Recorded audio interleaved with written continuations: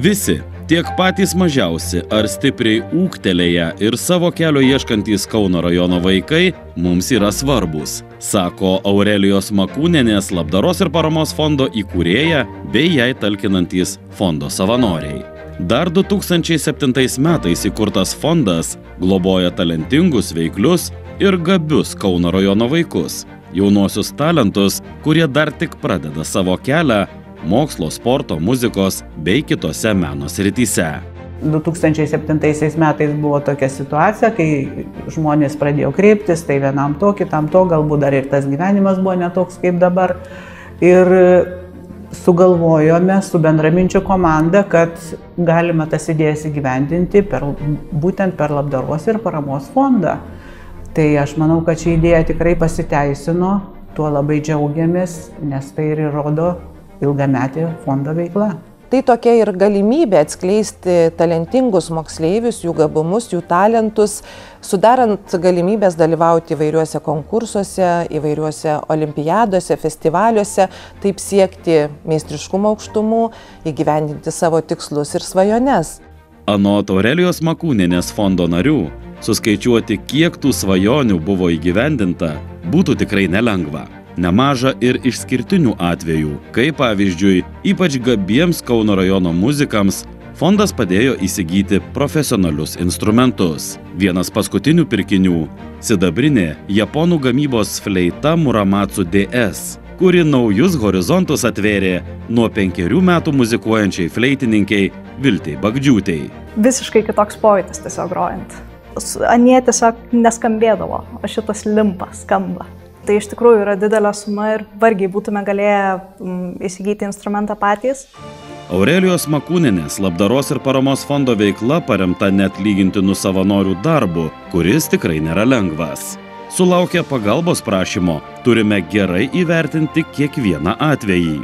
Fondo komanda yra 8 žmonės, tokia pagrindinė fondo savanorės, kurios, kaip aš paskui dabar peržvelgiu, tai tikrai atstovauja ir įvairias sritis. Ir bibliotekininkė yra, ir socialinė darbuotoja, ir pedagogės, ir muzikės. Na ir tiesiog visos bendromis jėgomis aptariam, kam galėtume padėti, kiek galėtume padėti ir moderuojame tą visą savo veiklą. Pagrinde kreipiasi ir patys jauni žmonės, norėdami gauti finansavimą, tarkim, važiuoti į festivalius, šokių kolektyvai, moksleiviai dalyvaujantis meninėje veikloje, bet labai dažnai ir mes, fondo savanoriai, taip pat matome tos žmonės, kuriems reikalinga parama ir galbūt jie nedrįsta patys kreiptis. Ir čia ir yra ta pagrindinė fondo veikla, būtent padėti atrasti tuos žmonės, kurie yra talentingi, kurie yra gabūs ir padėti būtent atskleisti jų gabumams ir jų talentams. Per 16 metų mes suteikėme paramos daugiau kaip už 251 000 eurų, tai pinigais ir vertybėmis. Tai maždaug keli šimtai jaunuolių yra paskatinti stipendijomis dalyvauti įvairiuose meno konkursuose, festivaliuose, sporto varžybose ir visaip kitaip tobulinti save. Kasmet Aurelijos Makūnienės labdaros ir paramos fondo leidžiama knygelė pirmokui – tai dar viena iniciatyva fondą lydinti nuo pirmųjų dienų. Tai viena iš fondo veiklų yra knygos leidimas pirmokui, kurią kiekvieną rugsėjo 1-ąją pirmokai visame Kauno rajone gauna knygą ir taip atydami į mokyklą jie gauna pirmąją dovaną, kad susipažintų su raidėmis, su pirmaisiais žodžiais, bet šita knyga turi tokią dvejopą reikšmę. Šią knygą iliustruoja taip pat Kauno rajono moksleiviai ir jau 15 tokių knygų yra išleista ir iš įvairių Kauno rajono mokyklų yra šios knygos iliustratoriai, būtent Kauno rajono moksleiviai.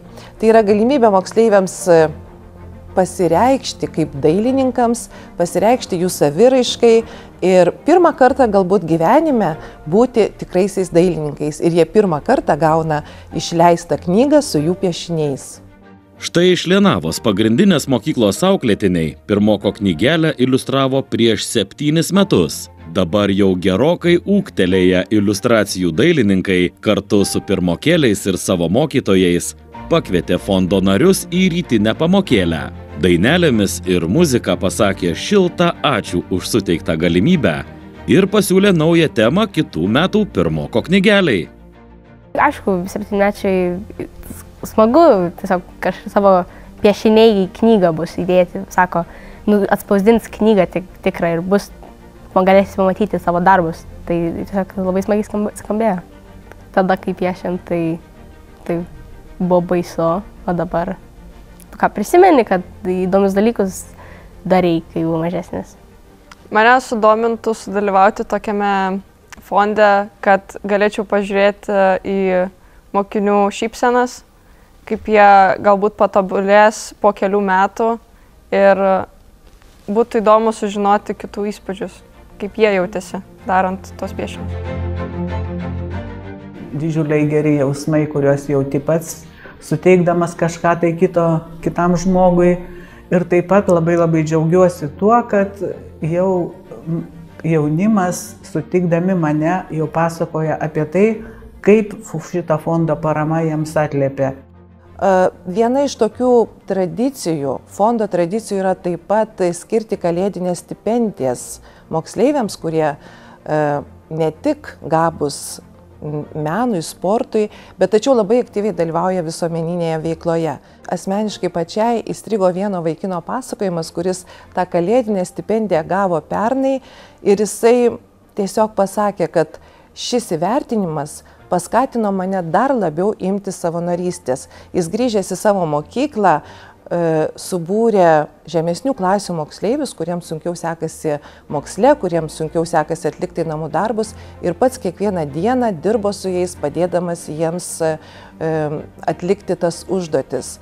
Tai ir mus, ir Aurelijos Makūnės fondo savanorės, ir tuos žmonės, kurie mes dirbame, ir rėmėjus, tokie pavyzdžiai tikrai dar labiau skatina veikti, nesustoti ir eiti į priekį. Ir aišku, mes be galo dėkingi tiems žmonėms, kurie mumis tiki ir remia fondo veiklą, nes iš kur mes laikomės iš žmonių lėšų, iš tikrai žmonių gerumo, iš bendrystės.